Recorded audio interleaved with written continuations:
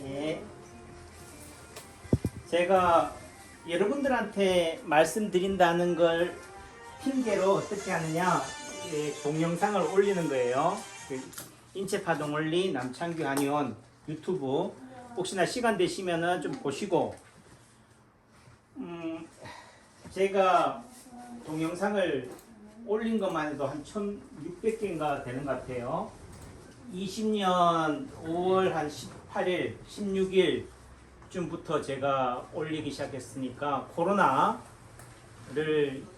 핑계로 결국 코로나가 뭘 말하느냐, 결국은 도시화, 산업화의 산물이 코로나예요. 너무 떼거리로 한쪽으로 많이 치우치고 쏠리고 있으니까, 예를 들면 저울로 따지면은, 직선으로 따지면은, 1차원으로 따지면은 한쪽으로 뭐 한다고? 네, 쏠려 있다는 거지. 쏠리니까 이런 걸로 인해서 생기는 장점도 있어요. 예를 들면은 일본 같은 경우는 인구가 1억이니까 자체 자국으로 해서 내 그 소비가 가능한 거지, 생산으로. 예를 들면은 미국 같은 경우는 LA나 텍사스, 달라스 같은 경우는 한국 사람이 교민들만을 상대로 비즈니스를 할 수 있어요. 근데 예를 들면 뉴질랜드라든지 이런 경우는 어떻게 돼요? 자국민들만, 우리 교민들만 상대하기에는 사업 모델이 작은 거지. 이런 장점도 있지만은 결국은 집중화가 됨으로 인해 가지고 어떻게 돼요? 예를 들면 화재가 난다든지 하면 몰살이 돼요. 그런 의미가 결국은 뭐예요? 자연이 주는 메시지가, 교훈이 뭐냐? 너무 한 군데로 쏠려 있으면은 이렇게 문제가 생기니까 이제 좀 뭐 하라고요? 흩어져라. 시골로 좀 가라. 제천에 있는 남창기 한의원도 좀 먹고 살아야 되지 않냐? 너무 강남으로, 서울로 너무 몰릴 일이 아니다라는 거지. 예, 그게 사회적 거리라고 하는 거예요. 그런 메시지를 뭐예요? 코로나가 주는 거지. 코로나를 박멸하자. 코로나 없는 세상, 바이러스 없는 세상에서 살자. 저는 그런 예를 들면 그런 문구가, 플랜카드나 이런 광고가 주는 메시지를 보면요, 저는 무섭다는 생각이 들어요. 코로나를 박멸하자 라고 얘기하면은, 코로나를 박멸하는 순간요, 지구는 멸망해요. 지금 예전에는 그래도 우리가 사이클링이죠. 순환이라는 의미 속에서는 결국은 우리가 죽는과 동시에 어떻게 돼? 부패가 돼요. 벌레, 기생충, 바이러스들이 그 역할을 하는데, 그런 박테리아라든지 세균이나 바이러스가 없어지면은 썩지 않는다는 거죠. 우리가 뭐 예를 들면은 뭐 파라오 같은 왕 같은 존재라고 한다면은 몇천 년이고 몇만 년이고 썩지 않고 그렇게 하는 것도 좋긴 하겠지만은, 여러분들의 모습이 살아있는 모습으로 영생을 누리면 좋겠지만은 죽은 모습으로 예를 들면은 그렇게 누구의 후손들한테 보여진다면 좋겠어요. 또 내지는 여러분들이 예를 들면은 지금 세상 사람들이 피라미드니 뭐니에 환장하는 거는 그 썩은 시신 또는 좀 염장한 그 시신에 우리가 하는 게 아니라 뭐예요? 그 황금에, 그 부장품에 우리가 눈이 가는 거지. 우리가 황금이나 북이나 이런 것들, 건강을 우리가 희구하고 찾는 것도 결국은 뭐예요? 아, 건강하면 영생을 누리겠구나. 금이나 황금 같은 이런 보호하는 보석은 썩지 않으니까, 변하지 않으니까 그 존귀한 가치를 누리겠구나라고 생각하지만은 결국은 뭐 해야 돼요? 부패해야 돼요. 썩어 없어져야지만이 우리가 계속적으로 선순환이 되는 거다. 그래서 제가 인체 파동 원리를 통해서 주는 메시지가 단순하게 친자리, 허리 아픈데 어디 친나요? 또 치료가 됩니까? 안 됩니까? 처음 입문하는 분들은 그런 거에 목매지만은, 제가 20년 동안 파동 원리를 공부한 입장에서 그래도 이제는 파동 원리가 뭐예요? 라고 말할 수 있는 입장에서는 또는 한의학과 연을 맺은 지 35년이 되는 입장에서는 결국 어떤 직업을 가잖아요. 지금 나중에 꿈이 뭐야? 응? 국가대표. 자, 근데 지금은 좀 꿈을 소박하게 가져서 탁구 국가대표 선수가 꿈이라고 하지만요. 국가대표 되면 뭐라고 그러겠어요? 꿈을 다 이뤘다고 할 것 같아요? 올림픽. 그치? 그러니까 국대를 나간다는 의미는 뭐 한다는 얘기예요? 올림픽에서 금메달을 따겠다는 얘기인 거지. 그리고 우리가 탁구가 우리나라 그래 중국하고 거의 맞먹는 수준이니까 우리나라 국가대표가 되는 순간 올림픽은 당상이다가 되는 거죠. 양궁도 마찬가지고. 그러니까 그런 꿈을 가지는 부분들도 중요한 거고, 그 파동원리가 말하고자 하는 게 단순히 허리 아픈데 허리 안 아파요가 답이 아닌 거지. 거기가 목적지가 아닌 거다. 결국은 우리가 말하는 자유를 누리는 게 중요한 거다. 자유. 스스로 말미암음이에요. 누구한테 휘둘리지 않는다는 거예요. 제가 또 한때 막 제가 뭐 이상한 비싼 야구르트는 안 좋아하고 요것만 좋아한다고 하니까 이게 또 한동안 또 우리 간호사도 사오고 뭐 선물로도 많이 들어오다 보니까 이게 완전히 처치곤란할 정도가 돼버렸어요. 근데 유통기한이 뭐라고 되어 있냐? 9월 8일이야. 그건 제가 9월 8일자 되는 거를 여러분들한테 드리면 뭐라고 그러겠어요? 못 먹는 거 주네, 씨. 어? 근데 저는 먹어요. 그럼 제가 왜 먹을까? 오늘 9월 12일인가 그래요. 노영희 사모님, 왜 먹을까? 어? 그러니까 9월 8일이라 유통기한이 9월 8일이라는 의미는 9월 9일이 되는 순간 뭐 얘가 부패해가지고 썩어지는 게 아니라 그래도 어떻게 돼요? 기본적으로 9월 8일까지 정도가 돼야지만이 그래도 안전하게 또 내지는 뭐 장이 아무리 탈이 나고 예민한 사람도 괜찮을 거다. 장이 예민한 사람들은 또 그 기간이 지나면 문제가 될 수 있으니까 이 8일이라는 날짜를 줘서 어떻게 돼요? 가급적이면 이 날짜에 이 유산균이 제대로 그 부패하지 않고 발효할 수 있는 기간이 요까지라는 거잖아요. 근데 이거를 생산자는 그런 입장에서 어드바이스를 주는 건데 소비자는 뭐라 그래요? 9월 8일이네. 지금 며칠인데 아직까지도 이걸 막 진열장에 놔둬. 이렇게 되는 거지. 그 말은 이거를 소비자 입장에서는 뭐라고요? 9월 8일까지밖에 못 먹는 걸로 받아들인다는 거죠. 이해하죠? 그러니까 결국은 뭐 생각의 차이다. 제가 하는 얘기가 원장님, 아이고 제가 자주 못 와요. 남창기 하면이 거리가 멀어서 또 외국에 있어서 그러면 못 고치는 거예요. 직접 와서 침을 맞고 약을 먹는 것도 중요하지만은 그럼 매일 못 오시면 약이라도 지으세요. 아니면은 이왕 자주 못 온다면 침이라도 맞을 때 약침이라도 같이 맞으세요 하는 거예요. 그러니까 우리 통영에서 오신 사모님 하신 말씀이 아이고 진즉에 약침도 같이 맞았으면 더 좋았을 텐데 라고 이제 내려가는 마당에 말씀하시지만은 그것도 좋긴 하지만은 문제는 처음 봤을 때 제가 아무리 약침도 좋고 한약도 좋다고 해서 권하면 어떻게 된다고요? 강매가 된다고. 강매가 뭔지 알죠? 필요하지도 않은데 불필요한 소비를 촉진하는 것처럼 돼버리니까 제 입장에서는 뭐예요? 꿀먹은 벙어리처럼 가만히 있는 거지. 그 말은 지금이라도 안 것만 해도 감사한 거다. 그 가치를 제대로 알고 느끼고 먹을 때 그 맛이 그 효과를 내는 거지. 이거를 이해를 못하고 먹으면 어떻게 돼요? 아, 원장이 처치곤란해가지고 저 곡간에 임신 쓴다고 저렇게 하네가 되는 거지. 근데 예, 잘 가셔요. 우리 저희 아버지는 어릴 때 그 계모 밑에서 자라가지고요. 좀 계모 밑에 자랐다는 의미는 뭐예요? 피의식을 가진다는 거지. 계모가 데리고 온 자식은 그 계모가 잘해주는데 말 한마디라 따뜻하게 해주는데 나는 친자식이 아니라고 응? 말 안 듣는 건 아주 까치배치 말을 한다라고 하겠죠. 그러니까 그 당시에 37년생이시니까 일제 식민지 지배 시대에 다 못 먹어서 뭐 한 얘기 하시는 말씀이 쌀도 그냥 해가 먹던 거 다 쉰 거 해가지고 물에다가 헹궈가지고 주더라. 근데 그거는 그러면은 저희 아버지만 먹었겠어요? 예를 들면 계모 자식은 잘 가세요? 아직 이 밥에다가 그렇게 먹었겠냐고. 하지만은 친어머니가 없는 계모 밑에서 자라는 우리 아버지 입장에서는 뭐요? 그조차도 누구 탓이라고 그래? 계모라고 생각하는 거지.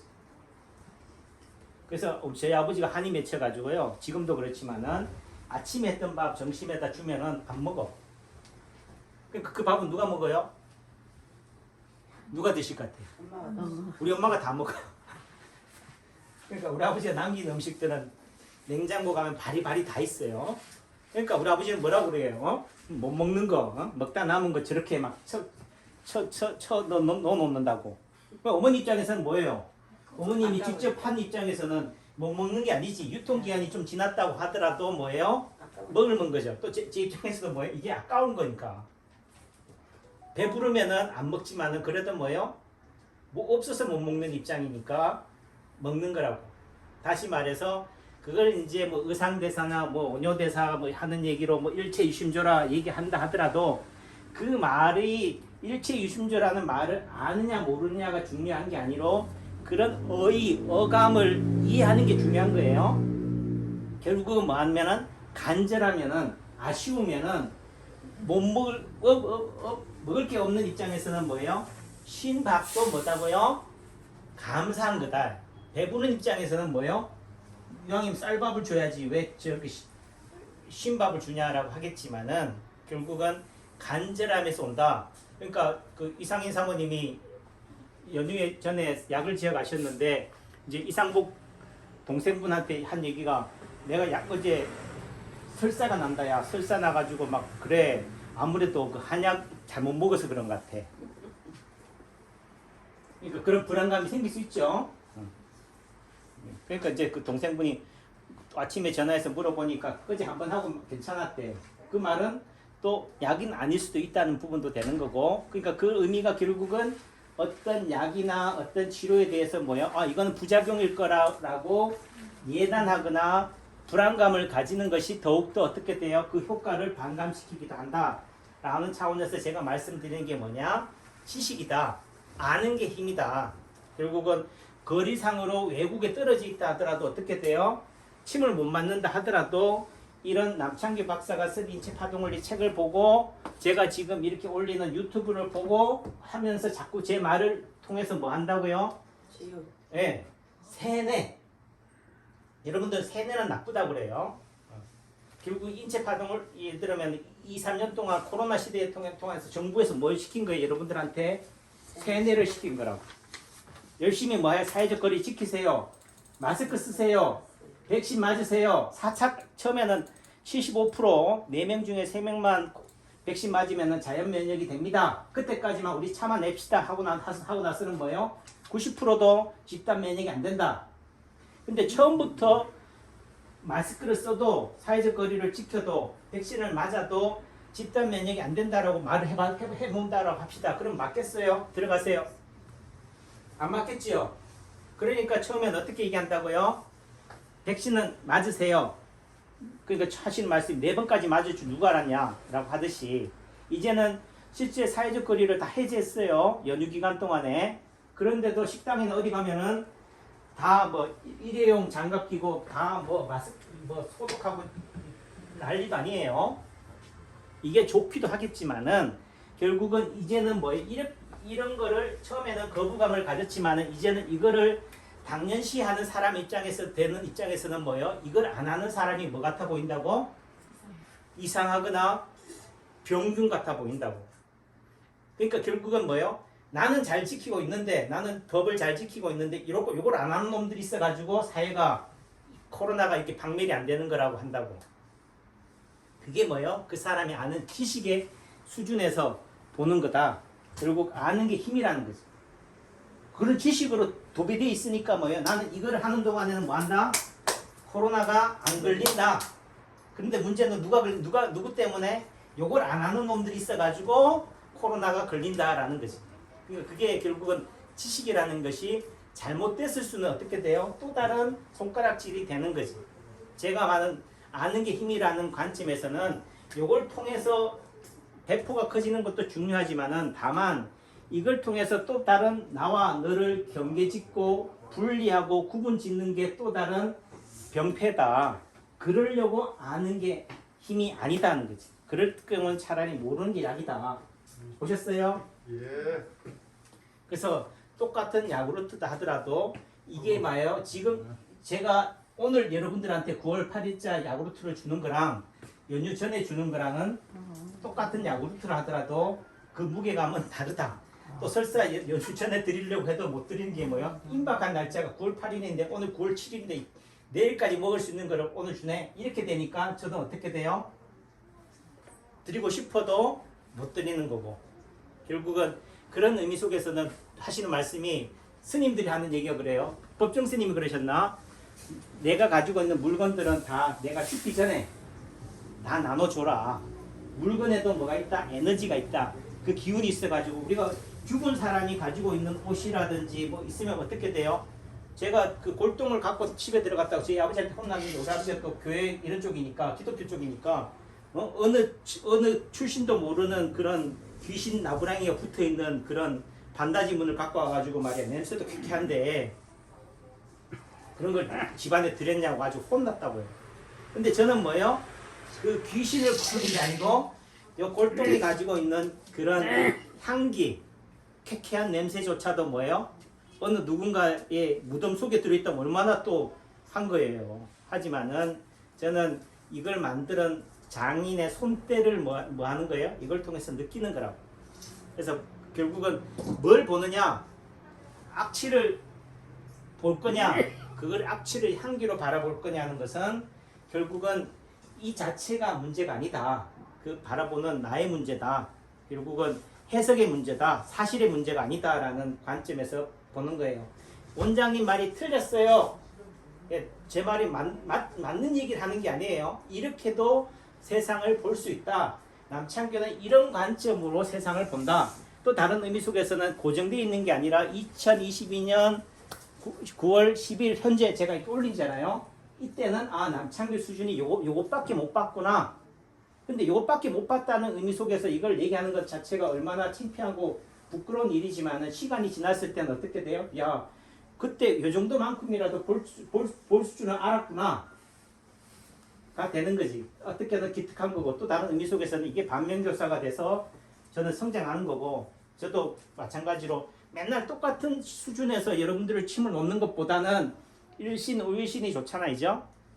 그래서 좀 더 실력, 여러분들 원장님 좀 공부 좀 열심히 해가지고 좀 이런 병 다 고쳐주세요라고 하지만은 결국은 공부를 해서도 고치는 것도 방법이지만은 결국 여러분 스스로가 마음의 문을 여는 것도 중요하다라는 차원에서 말씀을 드려요. 누군가에게는 또 이런 얘기를 통해서 저는 성장하니까 저한테 도움이 되니까 이런 얘기를 하는 거고 막간을 이용해서 또 한 거예요. 여러분들은 빨리 집 놔주세요 하겠지만은 빨리 놓는다고 빨리 들어간다고 해서 빨리 놔지는 것도 아니니까 뜸 들이는 것도 필요하다. 급할수록 돌아가는 차원에서 제가 말씀을 드렸으니까 이해하시고 또 이 시간만큼은 이 시간에 충실하자 라는 차원에서 저도 올렸습니다. 그래요. 건강하세요. 네.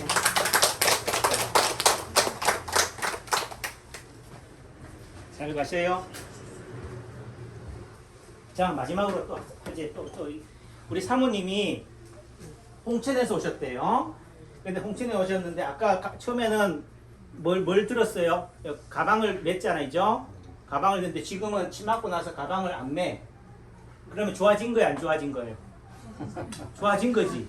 얘를 침 맞고 나서도 가방을 계속 메고 있었다면 뭐예요? 도로함이 타버린 거지. 화장실 가야 돼요. 그 다음에 우리가 보면은 아까 제가 관상 불문 진단이라고 얘기했잖아요. 척 보면 안다는 관점이 결국은 여러분들의 몸에 나타난 틀어짐, 불균형을 보고 하는 거예요. 근데 여기도 봐요. 여기도 백봉래 사모님 이쪽으로 와보세요. 여기 보면 날개 축지를 만져봐요. 여기랑 좀 다르죠? 예. 그러니까 다른 부분도 있고 이렇게 만져보면 돼요. 만져보면 어느 쪽 날개 축지가 더 튀어나와 있다. 얘를 이렇게 돼 있으면 튀어나와 있겠죠, 그죠? 이렇게 하면 어떻게 돼? 들어가겠고 그러니까 어떤 자세로 살아왔느냐에 따라서 다르겠죠. 그 다음에 우리 사모님이 하시는 말씀이 제가 딱 누워있는데 모습을 보니까 왼쪽 유방은 크고 오른쪽 유방은 작아. 그래서 유방의 크기가 다르네요. 이걸 가지고 시비 거는 한의사 있어요? 원장 있어요? 하니까 없었대요. 그러면서 하시는 말씀이 태어날 때부터 저는 왼쪽 팔뚝이 오른쪽 팔뚝보다 더 굵어요. 라고 얘기하시는 거지. 그러나 태어날 때부터 원래 그랬으니까 그냥 화장실 가세요. 그냥 그렇게 사는 거 아니에요. 하겠지만은 제가 말씀드리는 건 뭐예요? 이런 눈의 크기, 그걸 짝눈이라고 해요. 어떤 똑같은 눈인데도 어떤 눈이 더 크고 작으냐에 따라서 짝눈이라는 의미는 뭐도 짝짝이다. 젖꼭지도 짝짝이다. 제 젖꼭지도 만져보면요 달라요. 또 어떤 젖꼭지는 팽팽한데 어떤 젖꼭지는 흐물흐물해. 또 좀 표현이 그치. 불알도 짝짝이고. 이해하셨어요? 네. 그러니까 눈이 짝짝이라는 의미는 젖꼭지도 짝짝이다. 불알도 짝짝이다 하는데 결국은 짝짝이가 나쁜 거 아니에요라고 하겠지만은 이런 불균형을 통해서 뭐예요? 밸런스를 맞추는 거다. 한쪽이 크다면은 뭐예요? 반대편은 작게 해서라도 뭐예요? 이 평형을 이루려고 하는 거다 라는 말씀을 드려요. 그걸 보고 진맥을 하는 거다. 그러니까 뭐 허리가 아파요, 어깨가 아파요, 목이 아파요도 중요하지만은 이런 가슴의 크기를 가지고 팔뚝의 굵기를 가지고도 뭐예요? 목이나 허리를 치료한다는 말씀을 드립니다. 아셨죠? 네. 예, 또 그런 얘기를 저한테 해주셔야 돼. 모실게요.